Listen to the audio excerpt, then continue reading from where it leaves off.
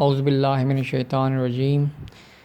17-18 ذی الحج کو حضرت محمد مصطفیٰ صلی اللہ علیہ وآلہ وسلم اور ان کے صحابہ حج کر کے آ رہے تھے، تو راستے میں خم کے مقام پر نبی محمد صلی اللہ علیہ وسلم نے سب کو روک کر کہا، وہ اونٹنی پہ بیٹھ کر یہ فرمایا کہ کیا میں تمہیں تمہاری جانوں سے زیادہ عزیز نہیں ہوں؟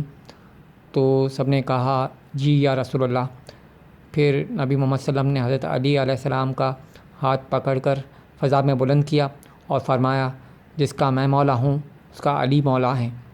تو یہاں پر نبی محمد صلی اللہ علیہ وسلم نے مولا علی کی امامت کے سلسلے کا اعلان کیا، جبکہ کچھ لوگ کہتے ہیں کہ مولا کا مطلب دوست کے ہیں۔ تو سب جیسے کہ سب واقف ہیں کہ مولا علی اور حضور صلی اللہ علیہ وسلم جو ہے وہ آپس میں کزن تھے، ان کا خون کا رشتہ تھا۔ تو جو ہے یہاں پر جس کسی نے بھی صحیح معنوں میں اللہ اور اس کے رسول کے احکامات کو صحیح معنوں میں مانا اور مانیں گے، وہی اس دنیا میں اور آخر اس دنیا کے بعد سرخرو و کامیاب ہوں گے۔ اللہ حامی و ناصر۔